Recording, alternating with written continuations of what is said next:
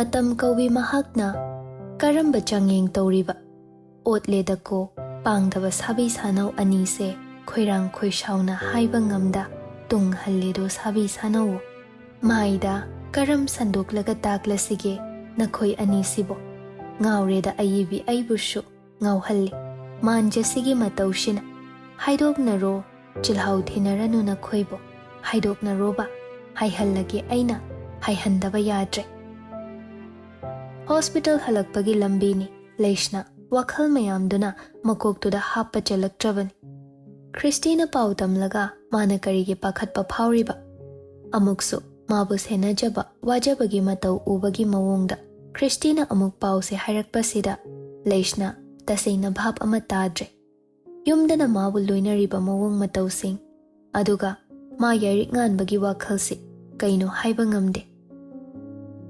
leimana kaino ngasidi yam nganna halaidai jase yarik nganba bajar changlakpa sumali gari dagi kari karino pochai mayam du paiduna changlakpaduda leimadi ngakna yengli nongmata asomna tawrakpa natte majanu pasi kari numit ne ngasi sibo leimana nokmi hairakpani yarik nganba su noklaga sagose numit neima leima majanu pada munna yeng masu kharadi uribani adubo macha mamaugi wada ma khud thingjinba pamde makhoi masa masa yana jaduna marakta nungaina daba leirabasu solve tawjagani khali adubu leima macha nupa na mamaubo lapna amuk loinaba ubada masu macha nupa angawbasi otlage khalae matang yam chare khanna wa ama hodora ileimana yengoi ima wam ta sinagi yarik nganba mana leirpa pochai du de yengna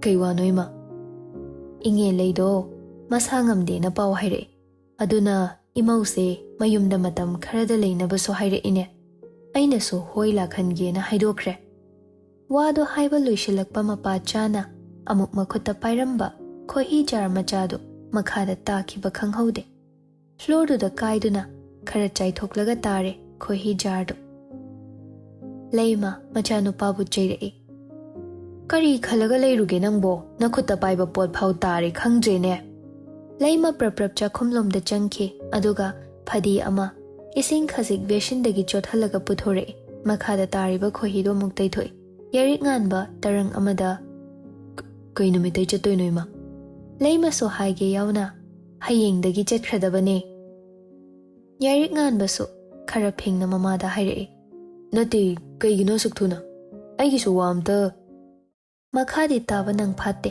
leimana karino thoba haibabo thuda yaribrane nanem du naraga leiribani migi di majase matomtani aduna kana lagtana seba tawramgani imadine madu mayamdo loina ui khangi aikhoina imause phazilaga chatpa yaroi haidana thingba hona deni thoiba imause na mathwai nungaitana ba tawba imadi pamdi aduna hayengse chatlasan aduga nanem inge leido masa khara phagadre phau masu yumda khara leijasan aikhoi ophelia so khara leiraga chathangadoini yarik nganba mamada khamluba ngamdre leimasu khohi jar akaibado ningthina container amada sangdoknaba chakhumda pusinkhre pung ahuma khai khara helakpa aduwaini leishna yum yawrakle kada hek changakpaga sofa duda yarik nganba phamlaga leirambadu ubada chaplepi yarik nganbasu leishna changle haiba khangi leishna wangang da yenglamba mityeng dushu leithoktuna prap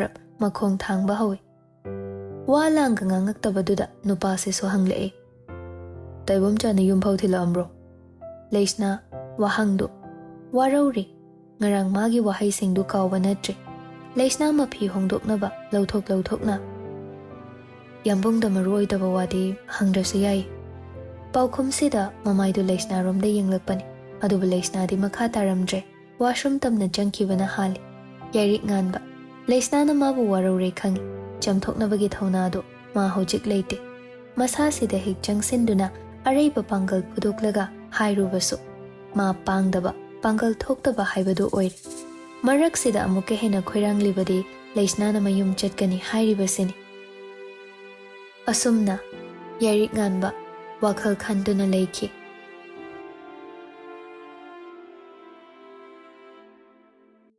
ꯇꯦꯊꯧꯕꯁꯨ ꯃꯥꯒꯤ ꯍꯣꯁꯄꯤꯇꯥꯜꯗꯨ ꯁꯨꯝ ꯌꯦꯡꯁꯤꯟꯕ ꯂꯥꯛꯄꯅꯤ꯫ General ꯋꯥꯔꯗꯇꯨ ꯐꯥꯎꯔꯒ ꯂꯥꯛꯄꯗ nurse ꯅꯨꯄꯤꯗꯨꯅ ꯋꯥꯅ ꯁꯦꯟꯅꯔꯤꯕ ꯅꯨꯄꯤꯗꯨ ꯎꯔꯦ꯫ ꯅꯔꯁꯇꯨꯅ ꯍꯥꯏꯔꯤ, "ꯏꯃꯥ, ꯉꯁꯤ ꯍꯌꯦꯡꯁꯤꯗ ꯑꯣꯄꯔꯦꯁꯟ ꯑꯃ ꯇꯧꯗꯕ ꯌꯥꯗ꯭ꯔꯦ."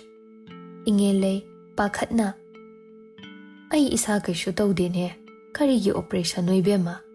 ꯑꯩꯗꯤ ꯆꯨꯝꯅꯒꯤ ꯏꯁꯥ ꯁꯣꯟꯊꯕ ꯇꯥꯡ ꯆꯤꯛꯄꯁꯤꯒꯤ ꯌꯦꯡꯕ ꯂꯥꯛꯄꯅꯤ꯫ ꯑꯩ ꯌꯨꯝꯒꯁꯨ ꯏꯔꯥꯞ ꯂꯥꯞꯇꯕ ꯃꯐꯝ ꯊꯤꯕꯗ ꯅꯈꯣꯏ ꯍꯣꯁꯄꯤꯇꯥꯜꯁꯦ ꯂꯩꯕꯒꯤ ꯂꯥꯛꯂꯤꯕꯅꯤꯅꯦ꯫ ꯁꯦꯜ ꯄꯥꯏꯖꯗꯕ ꯑꯩꯈꯣꯏꯕꯨ ꯀꯟꯕꯤꯒꯗ꯭ꯔꯥ ꯍꯥꯏꯔꯒ ꯁꯦꯜ ꯂꯧꯅꯕ ꯇꯥꯠꯇꯣ ꯇꯧꯕꯤꯒꯅꯨ꯫ ꯅꯣꯏꯅ ꯂꯥꯌꯦꯡꯕ ꯉꯝꯂꯣꯏ ꯍꯥꯏꯔꯗꯤꯅꯦ, ꯑꯩ ꯑꯇꯣꯞꯄꯗ ꯌꯦꯡꯂꯨꯒꯦ."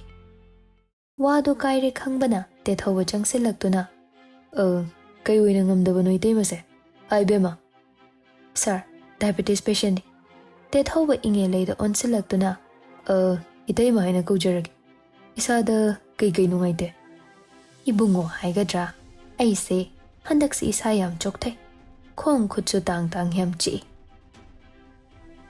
"ꯀꯩꯝꯇ ꯄꯥꯈꯠꯄꯤꯒꯅꯨ, ꯅꯅꯥꯎ ꯂꯩꯔꯤꯕꯁꯤꯅꯤ꯫ ꯏꯇꯩꯃꯒꯤ ꯏꯁꯥꯗꯣ ꯐꯖꯅ ꯌꯦꯡꯉ ꯂꯣꯏꯔꯦ꯫ ꯑꯩꯒꯤ ꯍꯣꯁꯄꯤꯇꯥꯜꯅꯤ, ꯑꯗꯨꯅ ꯑꯩꯅ ꯉꯝꯕ ꯃꯈꯩ ꯏꯇꯩꯃꯒꯤ ꯃꯇꯦꯡ ꯁꯣꯏꯗꯅ ꯄꯥꯡꯖꯒꯅꯤ." ꯀꯔꯤ ꯃꯇꯦꯡ ꯑꯣꯏꯔꯤꯕ? ꯇꯦꯊꯧꯕꯒꯤ ꯋꯥꯍꯩꯁꯤꯅ ꯀꯔꯤ ꯑꯃꯨꯛ ꯃꯥꯌꯣꯛꯅꯒꯅꯤ ꯏꯉꯦꯜꯂꯩꯗ? ꯍꯥꯟꯅ ꯊꯦꯡꯅꯈꯤꯕ ꯑꯋꯥꯕ, ꯃꯪꯒꯨꯝꯕ ꯅꯨꯡꯉꯥꯏꯇꯕ ꯊꯧꯗꯣꯛ ꯑꯗꯨꯗꯒꯤ ꯍꯦꯟꯅ ꯁꯥꯊꯤꯕ ꯊꯧꯗꯣꯛ ꯑꯃ ꯊꯣꯛꯂꯗ꯭ꯔꯥ ꯃꯥꯒꯤ ꯃꯐꯝꯗ?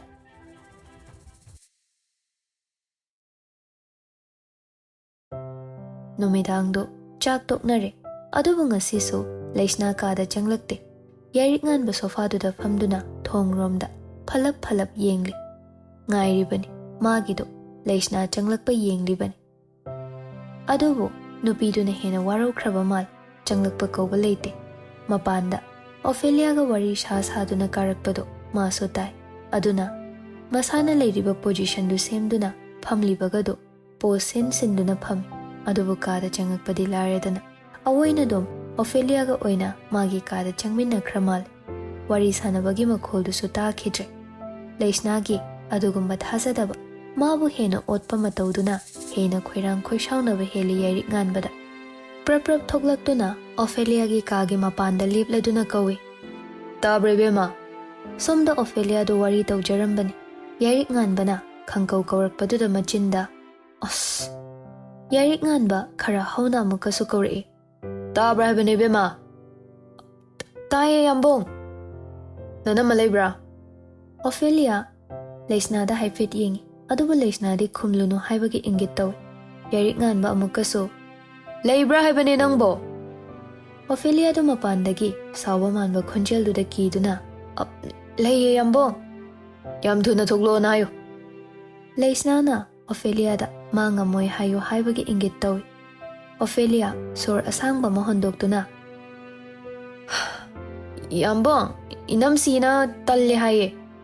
ꯌꯥꯏꯔꯤꯛ ꯉꯥꯟꯕ ꯇꯜꯂꯦ ꯍꯥꯏꯔꯛꯄꯗꯨꯗ ꯃꯥ ꯁꯦꯀꯦꯟ ꯑꯃ ꯐꯥꯎ ꯄꯟꯊꯗ ꯊꯣꯡꯗꯨ ꯐꯠ ꯍꯥꯡꯂꯒ ꯆꯪꯉꯛꯏ꯫ ꯂꯩꯁꯅꯥꯗꯨ ꯑꯣꯐꯦꯂꯤꯌꯥꯒꯤ ꯃꯅꯥꯛꯇ ꯐꯝꯗꯨꯅ ꯂꯩꯔꯝꯃꯤ꯫ ꯌꯥꯏꯔꯤꯛ ꯉꯥꯟꯕ ꯋꯥꯈꯜ ꯏꯈꯟ ꯈꯟꯊꯗ ꯄ꯭ꯔꯞ ꯆꯪꯁꯤꯜꯂꯛꯇꯨꯅ ꯂꯩꯁꯅꯥꯒꯤ ꯈꯨꯗꯥꯡꯗꯨ ꯇꯥꯞ ꯄꯥꯏꯗꯨꯅ ꯀꯥꯗꯨꯗꯒꯤ ꯄꯨꯊꯣꯔꯛꯏ꯫ ꯑꯣꯐꯦꯂꯤꯌꯥ ꯃꯌꯥ ꯀꯥꯔꯒ ꯃꯇꯣꯝꯇ ꯁꯣꯟꯖꯍꯧꯏ꯫ "ꯀꯩꯒꯤꯅꯣ ꯑꯩ ꯀꯥꯁꯤꯅ ꯃꯣꯏ ꯀꯥ ꯃꯅꯥꯛ ꯅꯛꯅ ꯂꯩꯔꯝꯃꯤꯁꯤꯕꯣ? ꯑꯁ!" 2012 ꯐꯦꯕ꯭ꯔꯨꯋꯥꯔꯤ 9 ꯒꯦꯠ ꯃꯄꯥꯟꯗ ꯂꯦꯞꯇꯨꯅ ꯂꯩꯔꯤꯉꯩ ꯃꯅꯥꯛ ꯅꯛꯅ ꯂꯩꯔꯝꯃꯤ ꯌꯥꯏꯔꯤꯛ ꯉꯥꯟꯕꯗꯣ꯫ ꯂꯩꯁꯅꯥ ꯋꯥꯈꯜꯗꯨꯗ ꯌꯥꯏꯔꯤꯛ ꯉꯥꯟꯕꯕꯨ ꯍꯛꯂꯒ ꯊꯝꯖꯤꯟꯈ꯭ꯔꯦ꯫ ꯃꯥꯒꯤ ꯊꯃꯣꯏꯗ ꯃꯤꯀꯨꯞꯇꯨꯗꯒꯤꯅꯤ ꯃꯉꯣꯟꯗ ꯅꯨꯡꯁꯤꯕ ꯈꯟꯖꯈꯤꯕꯁꯨ꯫ ꯀ꯭ꯂꯥꯁ 8ꯇꯒꯤ ꯂꯣꯟꯅ ꯀꯅꯥ ꯍꯥꯏꯗꯣꯛꯇ ꯂꯣꯠꯇꯨꯅ ꯂꯥꯠꯂꯒ ꯊꯝꯖꯔꯛꯄꯅꯤ꯫ ꯌꯥꯏꯔꯤꯛ ꯉꯥꯟꯕꯅ ꯁ꯭ꯀꯨꯜꯗ ꯏꯍꯥꯟ ꯍꯥꯟꯅ ꯂꯥꯛꯄ ꯅꯨꯃꯤꯠꯇꯨꯗ ꯀ꯭ꯂꯥꯁ ꯆꯪꯂꯛꯄ ꯃꯤꯀꯨꯞꯇꯨꯅꯤ꯫ ꯌꯥꯏꯔꯤꯛ ꯉꯥꯟꯕ ꯂꯩꯁꯅꯥ ꯐꯝꯂꯒ ꯂꯩꯔꯝꯕꯗꯨꯗ ꯋꯥꯈꯜꯗ ꯁꯣꯜꯂꯤ꯫ ꯀ꯭ꯂꯥꯁꯁꯨ ꯄꯨꯜꯂꯝꯃꯕ ꯏꯕꯥꯅꯤꯁꯦ? ꯂꯩꯁꯅꯥꯅ ꯃꯃꯥꯟꯅꯕꯤ ꯑꯅꯤꯒ ꯋꯥꯔꯤ ꯁꯥꯟꯅꯔꯤꯕꯗꯨ ꯎꯏ꯫ ꯑꯗꯨꯅ ꯃꯈꯣꯏꯒ ꯑꯣꯄꯣꯖꯤꯠ ꯑꯣꯏꯅ ꯐꯝꯅꯕ ꯍꯥꯏꯗꯨꯅ ꯃꯃꯥꯟꯅꯕꯁꯤꯡꯗꯨ ꯃꯃꯥꯡ ꯀꯥꯍꯟꯗꯨꯅ ꯕꯦꯟꯆ ꯃꯄꯥꯗꯨ ꯊꯪꯅꯗꯨꯅ ꯐꯝꯃꯤ꯫ ꯑꯣꯄꯣꯖꯤꯠ ꯑꯣꯏꯅ ꯑꯃꯨꯛꯁꯨ ꯂꯩꯁꯅꯥꯅ ꯐꯝꯂꯤꯕꯗꯨꯗ ꯃꯨꯅ ꯑꯃꯨꯛꯁꯨ ꯌꯦꯡꯖꯔꯤ ꯅꯨꯄꯥ ꯃꯆꯥꯗꯣ꯫ ꯃꯁꯤꯒꯤ ꯃꯇꯨꯡ ꯅꯣꯡꯃ ꯂꯩꯁꯅꯥꯒ ꯂꯣꯌꯥꯉꯝꯕꯒ ꯅꯣꯛꯇꯨꯅ ꯋꯥꯔꯤ ꯁꯥꯟꯅꯔꯝꯃꯤ꯫ "ꯑꯗꯨ ꯅꯨꯡꯁꯤꯕ꯭ꯔꯥ ꯍꯥꯏꯕ?" ꯂꯩꯁꯅꯥ ꯅꯣꯛꯂꯗꯨꯅ, "ꯅꯨꯡꯁꯤ ꯀꯩꯅꯣ, ꯈꯨꯅꯨꯡꯁꯤ ꯑꯃꯅꯤ꯫ ꯅꯪꯗꯤ?" ꯂꯣꯌꯥꯉꯝꯕꯁꯨ ꯅꯣꯛꯅ, "ꯀꯌꯥꯝ ꯅꯨꯡꯁꯤꯒꯦꯕ ꯑꯩꯁꯦ?" ꯑꯔꯦꯞꯄ ꯂꯩꯇꯕ ꯑꯇꯤꯌꯥꯁꯤꯒ ꯆꯥꯡꯗꯝꯅꯔꯕꯁꯨ ꯑꯩꯅ ꯅꯨꯡꯁꯤꯔꯤꯕꯁꯤꯅ ꯌꯥꯝ ꯍꯦꯟꯅ ꯂꯨꯝꯅ ꯅꯨꯡꯁꯤꯕ ꯍꯦꯜꯂꯝꯒꯅꯤ ꯊꯥꯖꯩ꯫ ꯑꯗꯨꯗꯤ ꯑꯩꯁꯦ ꯂꯥꯏꯕꯛ ꯌꯥꯝ ꯐꯔꯦꯅꯦ ꯍꯥ? ꯃꯗꯨꯃꯛꯅꯤ꯫ ꯁ꯭ꯀꯨꯜꯒꯤ ꯁꯦꯀꯦꯟ ꯐ꯭ꯂꯣꯔꯒꯤ ꯕꯦꯜꯀꯣꯅꯤ ꯃꯄꯥꯗꯨꯗ ꯁꯥꯟꯅꯔꯝꯂꯤꯕ ꯋꯥꯔꯤꯗꯨ ꯍꯦꯛ ꯇꯥꯔꯨꯔꯕꯗꯨꯝ ꯌꯥꯏꯔꯤꯛ ꯉꯥꯟꯕ ꯃꯥꯅ ꯄꯤꯒꯦ ꯈꯟꯅ ꯄꯨꯔꯛꯄ ꯄꯣꯠꯁꯛꯇꯨ ꯄꯤꯔꯝꯗ ꯃꯥꯏ ꯂꯩꯗꯨꯅ ꯆꯠꯈꯤ꯫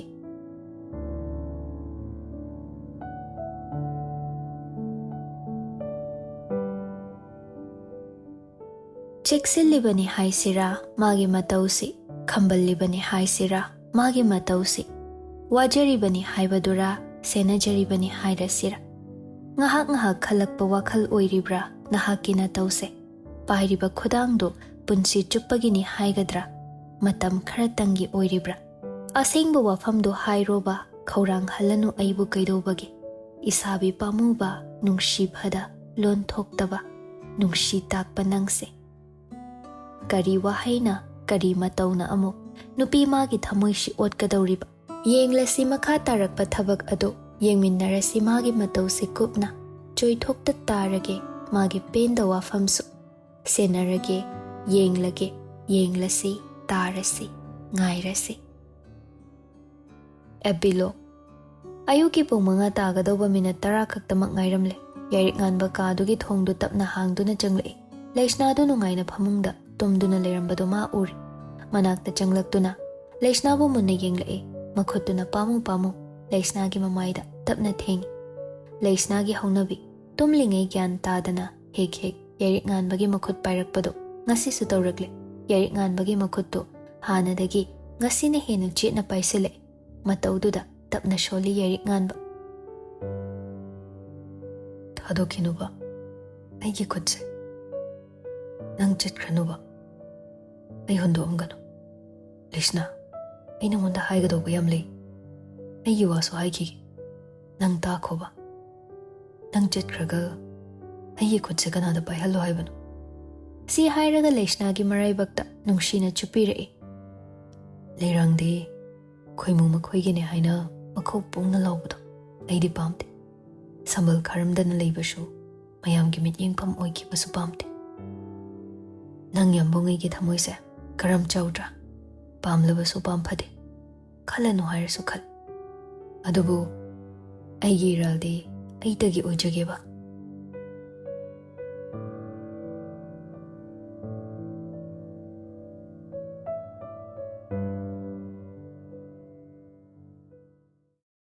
ꯂꯩꯁꯅꯥꯒꯤ ꯈꯨꯗꯥꯡꯗꯨ ꯄꯥꯏꯅ ꯃꯤꯠꯃꯥꯡꯗ ꯎꯔꯛꯂꯤ꯫ ꯀꯥꯎꯔꯒꯦ ꯈꯜꯂꯨꯕ ꯃꯤꯀꯨꯞꯁꯤꯡ, ꯇꯥꯈꯤꯕ ꯋꯥꯍꯩꯁꯤꯡꯗꯨ꯫ ꯃꯈꯣꯏꯒꯤ ꯀꯥ ꯌꯧꯔꯝꯗꯥꯏꯗ ꯂꯩꯁꯅꯥꯒꯤ ꯈꯨꯗꯥꯡꯗꯨ ꯄꯥꯏꯗꯨꯅ ꯑꯀꯤꯕ ꯂꯩꯇ ꯆꯠꯂꯝꯕ ꯅꯨꯄꯥꯁꯤ ꯈꯣꯡꯊꯥꯡꯗꯨ ꯇꯞꯊꯔꯛꯂꯦ꯫ ꯀꯥ ꯌꯧꯔꯝꯗꯥꯏꯗꯨꯗ ꯌꯥꯏꯔꯤꯛ ꯉꯥꯟꯕ ꯆꯞ ꯂꯦꯞꯈ꯭ꯔꯦ꯫ ꯑꯗꯨꯕꯨ ꯂꯩꯁꯅꯥꯗꯤ ꯉꯁꯥꯏ ꯃꯈꯩ ꯃꯊꯃꯣꯏꯗ ꯅꯣꯛꯆꯔꯝꯕꯅꯤ꯫ ꯑꯗꯨꯕꯨ ꯌꯥꯏꯔꯤꯛ ꯉꯥꯟꯕꯒꯤ ꯋꯥꯉꯥꯡꯗ ꯁꯥꯎꯔꯝꯕ ꯃꯇꯧ ꯎꯠꯂꯝꯕ, ꯎꯔꯝꯕ ꯄꯨꯝꯕꯗꯨ ꯀꯗꯥꯏꯗ ꯆꯪꯗꯨꯅ ꯂꯣꯠꯈ꯭ꯔꯕꯅꯣ ꯈꯪꯗꯦ꯫ ꯑꯁꯥꯎꯕ ꯅꯨꯡꯉꯥꯏꯇꯕ ꯃꯇꯧ ꯏꯍꯣꯜ ꯃꯌꯥꯝꯗꯨ ꯑꯃꯠꯇ ꯎꯕ ꯐꯪꯗ꯭ꯔꯕꯗꯨꯗ ꯂꯩꯁꯅꯥꯗꯤ ꯑꯃꯨꯛꯀ ꯍꯦꯟꯅ ꯄꯦꯟꯗ꯭ꯔꯦ꯫ ꯍꯦꯟꯅ ꯃꯥꯒꯤ ꯄꯨꯛꯅꯤꯡꯗꯨ ꯁꯣꯟꯊꯔꯛꯂꯦ꯫ ꯍꯦꯟꯅ ꯏꯀꯥꯏ ꯅꯨꯡꯁꯤ ꯌꯥꯅꯅ ꯋꯥꯔꯧꯔꯤꯕꯗꯨ ꯍꯦꯟꯅ ꯋꯥꯔꯧꯕ ꯍꯥꯏꯕꯗꯨ ꯑꯣꯟꯈ꯭ꯔꯦ꯫ ꯄꯥꯏꯔꯤꯕ ꯈꯨꯗꯥꯡꯁꯦ ꯃꯄꯥꯟ ꯊꯣꯡꯒꯤ ꯁꯛꯐꯝ ꯈꯛꯇꯃꯛꯀꯤꯔꯣ? ꯌꯥꯏꯔꯤꯛ ꯉꯥꯟꯕ ꯃꯃꯥꯏꯗꯨ ꯂꯩꯊꯣꯛꯇꯨꯅ ꯂꯩꯁꯅꯥꯗ ꯌꯦꯡꯂꯛꯏ꯫ ꯂꯩꯁꯅꯥꯗꯨ ꯃꯄꯤ ꯏꯔꯥ ꯆꯦꯟꯅ ꯅꯣꯛꯅꯤꯡꯗ ꯃꯣꯃꯣꯟ ꯇꯧꯗꯨꯅ ꯃꯈꯥ ꯇꯥꯔꯛꯏ꯫ ꯍꯥꯏꯕꯤꯌꯣ ꯌꯥꯝꯕꯣ, ꯑꯩꯈꯣꯏꯅꯤꯒꯤ ꯃꯔꯤꯁꯦ ꯃꯤꯌꯥꯝꯃꯥꯡꯗ ꯀꯔꯤꯅꯦ ꯍꯥꯏꯅ ꯍꯥꯏꯁꯤꯒꯦ?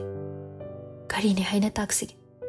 ꯁꯦꯡꯅ ꯇꯥꯛꯄꯤꯌꯣ ꯑꯩꯉꯣꯟꯗ꯫ ꯑꯩ ꯌꯥꯝꯕꯨꯡꯗ ꯌꯥꯗꯦ ꯉꯝꯃꯣꯏ ꯍꯥꯏꯕ ꯋꯥꯍꯩꯁꯦ ꯆꯤꯟꯁꯤꯗꯒꯤ ꯊꯣꯛꯍꯜꯂꯨ꯫ ꯌꯥꯏꯔꯤꯛ ꯉꯥꯟꯕ ꯃꯁꯥꯗꯨ ꯈꯖꯤꯛ ꯆꯪꯁꯤꯜꯂꯛꯇꯨꯅ ꯋꯥ ꯍꯥꯏꯒꯦ ꯇꯧꯔꯛꯄꯅꯤ꯫ ꯑꯗꯨꯕꯨ ꯂꯩꯁꯅꯥꯅ ꯊꯠꯇꯨꯅ, ꯑꯁꯨꯛ ꯃꯄꯣꯛ ꯊꯤꯕ ꯃꯄꯣꯛ ꯑꯃꯗ ꯄꯣꯛꯂꯝꯃꯤꯁꯤꯕꯨ ꯀꯩꯒꯤꯅꯣ? ꯑꯩꯅ ꯌꯥꯝꯅ ꯂꯨꯅ ꯈꯟꯖꯕ ꯄꯣꯠꯁꯛꯁꯤꯡ ꯑꯁꯤꯅ ꯑꯩꯕꯨ ꯑꯁꯨꯛ ꯑꯋꯥꯕ ꯄꯤꯔꯤꯁꯦ ꯀꯩꯒꯤꯅꯣ ꯌꯥꯝꯕꯣ? ꯑꯩꯒꯤ ꯏꯔꯥꯜꯁꯦ ꯀꯩꯅꯣ? ꯑꯩꯁꯦ ꯌꯥꯝ ꯐꯠꯇꯕ ꯃꯤꯁꯛ ꯑꯣꯏꯔꯛꯈꯤꯕ꯭ꯔꯥ ꯃꯃꯥꯡ ꯃꯄꯣꯛꯇ? ꯅꯠꯇ꯭ꯔꯒ ꯑꯩꯅ ꯀꯅꯥꯒꯨꯝꯕ ꯃꯤꯁꯛ ꯑꯃꯗ ꯌꯥꯝꯅ ꯀꯥꯏꯈ꯭ꯔꯕ꯭ꯔꯥ?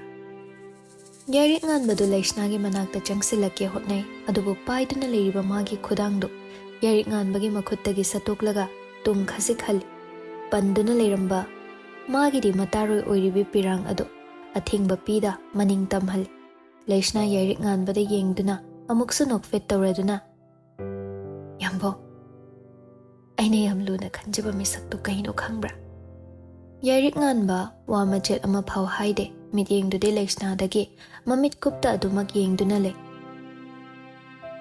Aisa Pap Jenbi oibana Ai babado aiga kuina leminaba phanghaude Aduga Amana kanano khangbra Yairik nganba Leishna na misak ama hairakadawribasi mana khaliba misaktu soidana oiramgani khali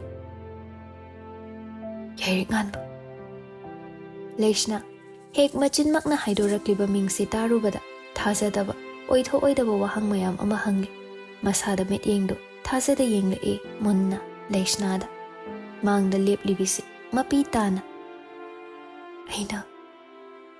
Aina yam cheksina lotuna thamlakpa misakto Nangni yambo Yairik nganba Leishna gi manakta changsinge tawi aduwa hojiksu Leishna tunghali aduga makhutuna changsilakanu haibagi mawngda khamle Aina khwaidagi nungshib Aigi ipa kainarabasu Aina khwaidagi nungsisaba misak amasu leiri khanbagi Ai pentoktuna yam harauna sukuibase leirakpani Yambongna aibu phana inthoklaga thamlabasu Phana aibu nungshina loina bidrabasu Ai penthokpani Adubu Aina khaluriba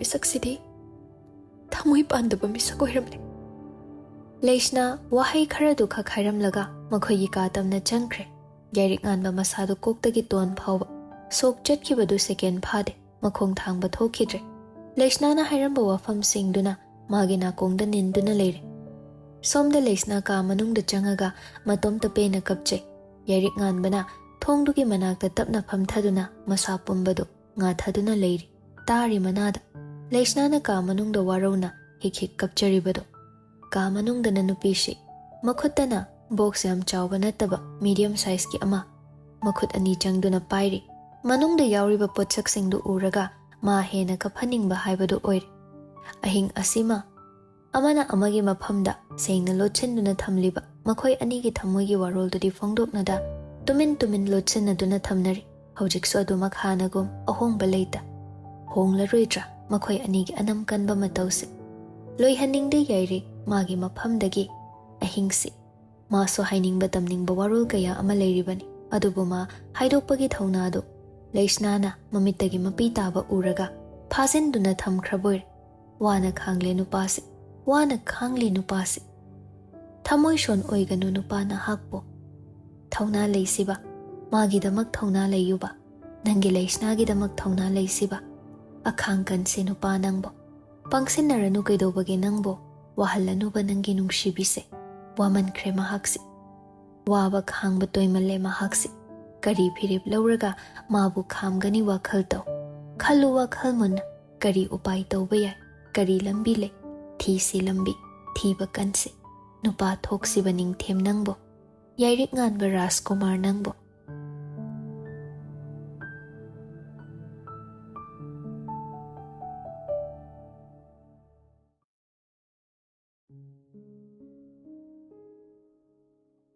Daniel mayum thoklakle hek thoklakpaga Alvina hoige leikaida lai itha thazadana loyangam Alvina hoi leikaida free health checkup tawbagi program ama leibagi lakpa oirambana kuina unarudraba mataw aniru thengnare loyangamba Daniel da phagi tawjare nasadom da checkup tawjage dana sarbo aibu chingnariba haiduro doctor sayipo loyangamba nokle Daniel sumakha taduna loido kya motlige noi kya laino akhoi pona tare nipan lakpane amadi hankre hidak yenbaga kaiga pungdo horen mari mukta do mal adu nangdi kai numita thokleiba hidaw na yari so sathin laki oibani na nungti gi horai lenbim koisiluba haido oibani na ne oninge na ninga yam toiba handakse adu gi yumda thokleini as yare nang reason do adu natradi leitrab kadai de wari no libon thokna hikre wari ma irasiro ho suti leidana yum thokleini kainu suti leitana ibo ikta thoklakadraba na tu na lakpa nataba hoine Thoglabani na ay nupisu na dradi nung sinay si kay nung soydro. Anido muk nokmine. Daniel na atay lairi. Ako'y kaklay do kamay tawrige. Kual ganung tatawragte hek lohong kibadagi. Hong basumana hali. Aduga ipaw nungay pasum tatapangde. Athapada layba nang dilarada na lamlo naraga layri paw ay paw ko. Una pangde. Onso to birakte. Laisna na phajin kramal. Yam otpi kramale. Laisna haraga mabu wariyum khanga jalo. Kay buno. Yek ngambado Manipur da thoki ba kuirabani. Ma kay puge. Nong ma WhatsApp status da Laisna su yaina. Sisa da puba somale mase. Khangde. Ma gi sek je koi ba. Ado mi do kya kay do dewa. No pa do bunong ta thingna da jalane. Mai nupi thin bada. Yek ngambay ma pa do. Ay masak pudi khangi. Maming di khangde. Aduda sum moi mungse kaino ma ini chingching na. Kay chingnay no. Laisna hoy babagi do. Aduday ni. Ay na chingna krisi. Adung kanda di yarik ngan basu Bangalore da lagi. Aduday ni. Ani sina khanglap-lap na krisi. Ani dubu masa-masay wari loing khang na krabo. Ay koy nupada na marul ama machinlum ba ne. Laisna na marul ama ay ganda ba ne. Loyang ang banok thorakle. Aduga sole. Lai sina jana ba se medo khangbray yata tuan.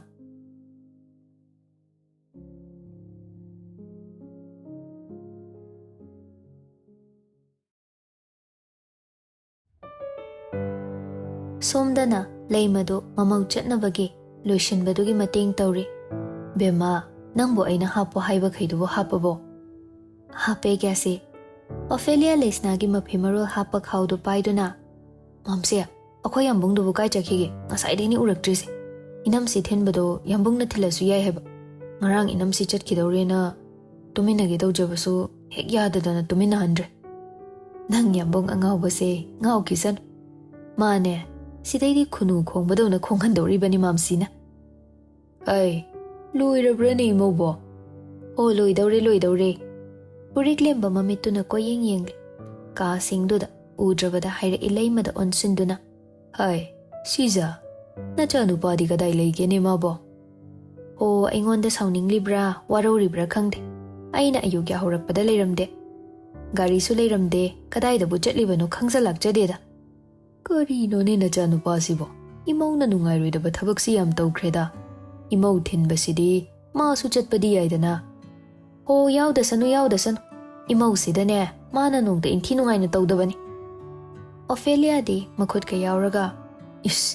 Mamsi na khangda tawrini. Miya ko yambunga inam sigadi yam lim na romance tawbani. Ophelia na karantarak paduda Laisna di ikay na loy. Layma na semba henta kauta macha ama hapo haiduna ngasay pirak padu. Ngahak sida ikay ba khangbo oyna makhut tu na lawthok hapchin sanabada. Makhada khangta ta kibagi makhol thoklak paduda laymaga purik lembaga du yengne. Ophelia di icham cham nadang haijaruban. Thangnaba mikupta masu gyan lai. Maray chiklaga ikaiba khangbado oire Ophelia do. Machanu pahalakpa ngaibani. Adobu yarik nganbado kari layong narabano khangde. Laisnagi mangda leblaroi khankrabra khangde. Chatlamdai du phau ma Laisnagi mangda lebtre. Laisna mapi ira chenbado khangjali mane makuna ukhidra haina.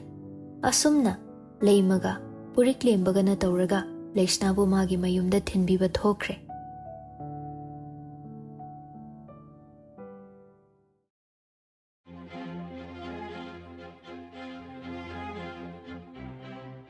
Yarelba masado khangba wari lengba phau ngamdre ihingna masado yengba ngamdre sordu yam wana hol yakpana yarelba gi lumangi masamda paiduna singna khumoi sha yarelba nang mafam sida kanan tharakpan aroi boina hangba sida nang asingba pakhum pidradi na thwai macham palise pet launa manghanba ngamba yakpani habasi nang khangdra mal hairiba wa mayam du ki hallibane haiba yarelba khangi aduba ma kiba phaude Henadum yakpada yenglaga nugle. Madu uraga yakpadi khoidau thitpana masado. Thingbangam draban. Yarelba sum yakpada yenglamaga matin chichile. Aduk thina uradu bhawa yarelbana yakpada jingnari. Yakpa yarelbada khongpakna mukau thare. Yarelba masado longna haithaduna tai. Makhutu tungda punsinbaduna haugatnaba hotnabada masado aduki matik waba haidu oire. ꯌꯥꯛꯄꯒ ꯂꯥꯛꯃꯤꯟꯅꯔꯤꯕ ꯑꯃꯅ ꯃꯥꯕꯨ ꯈꯥꯝꯂꯛꯏ꯫ ꯌꯥꯛꯄ, ꯅꯪ control ꯇꯧꯀꯣ꯫ ꯌꯥꯛꯄ ꯈꯣꯟꯖꯦꯜꯗꯨ ꯈꯔ ꯍꯧꯅ, ꯀꯩꯒꯤ ꯀꯟꯇ꯭ꯔꯣꯜꯅꯣ? Police ꯊꯨꯠ ꯂꯥꯎꯕꯁꯤꯅ ꯑꯩꯈꯣꯏꯒꯤ ꯂꯝꯕꯤꯒ ꯌꯦꯡꯕ ꯆꯪꯉꯛꯇꯅ꯫ ꯌꯥꯔꯦꯜꯕ ꯇꯞꯅ ꯅꯣꯛꯂꯛꯏ, ꯑꯗꯨꯒ ꯀꯔꯤꯝꯅꯅ ꯃꯈꯥ ꯇꯥꯔꯛꯏ꯫ ꯅꯈꯣꯏꯁꯤꯕꯨ ꯁꯥꯃꯛꯁꯨ ꯅꯠꯇꯦ, ꯃꯤꯃꯛꯁꯨ ꯅꯠꯇꯦ, ꯀꯩꯁꯤꯕꯨ ꯑꯣꯏꯒꯗꯕꯅꯣ? ꯌꯥꯛꯄ ꯑꯗꯣꯝꯅ ꯀꯔꯦꯝꯅꯔꯛꯄ ꯑꯗꯨꯗꯗꯤ ꯃꯁꯥꯗꯣ ꯈꯥꯝꯕ ꯉꯝꯗ꯭ꯔꯦ꯫ ꯆꯦꯟꯁꯤꯟꯗꯨꯅ ꯍꯧꯒꯠꯄ ꯉꯝꯗ꯭ꯔꯤꯕ ꯌꯥꯔꯦꯜꯕꯕꯨ ꯑꯃꯨꯛ ꯐꯨꯕ ꯍꯧꯔꯛꯏ꯫ ꯑꯁꯥꯎꯕꯗꯣ ꯈꯥꯝꯕ ꯉꯝꯍꯧꯗꯕꯅ ꯃꯕꯨꯛꯇ ꯌꯦꯞꯂꯛꯄ ꯊꯥꯡꯗꯨꯅ ꯌꯥꯔꯦꯜꯕꯒꯤ ꯃꯁꯥꯗ ꯊꯤꯟꯈꯤꯕ ꯈꯪꯍꯧꯗꯦ꯫ ꯌꯥꯛꯄꯒ ꯂꯥꯛꯃꯤꯟꯅꯕ ꯅꯤꯄꯥꯗꯨ ꯆꯦꯟꯁꯤꯜꯂꯛꯇꯨꯅ ꯌꯥꯛꯄꯕꯨ ꯆꯤꯡꯊꯣꯛꯏ꯫ ꯌꯥꯛꯄꯁꯨ ꯃꯁꯥꯗꯨ ꯒ꯭ꯌꯥꯟ ꯇꯥꯍꯧꯗ꯭ꯔꯦ꯫ ꯌꯥꯔꯦꯜꯕꯗꯤ ꯆꯩꯅꯥ ꯈꯥꯡꯕ ꯉꯝꯗ꯭ꯔꯗꯨꯅ ꯃꯁꯥꯗꯨ ꯒ꯭ꯌꯥꯟ ꯃꯥꯡꯈ꯭ꯔꯦ꯫ ꯌꯥꯛꯄꯕꯨ ꯃꯥꯒ ꯂꯥꯛꯃꯤꯟꯅꯔꯤꯕ ꯅꯨꯄꯥꯗꯨꯅ ꯆꯤꯡꯗꯨꯅ ꯃꯐꯝꯗꯨꯗꯒꯤ ꯊꯣꯛꯂꯛꯏ꯫ ꯂꯝꯍꯥꯡꯒ ꯑꯣꯏꯕꯒ ꯃꯈꯣꯏꯅ ꯇꯧꯅꯔꯤꯕꯗꯨ ꯃꯤꯅ ꯎꯍꯧꯕꯗꯤ ꯅꯠꯇꯦ, ꯑꯗꯨꯕꯨ ꯑꯁꯣꯛꯄ ꯌꯥꯔꯦꯜꯕꯗꯤ ꯃꯐꯝꯗꯨꯗ ꯑꯗꯨꯃꯛ ꯍꯨꯟꯗꯣꯛꯇꯨꯅ ꯊꯅꯝꯂꯦ꯫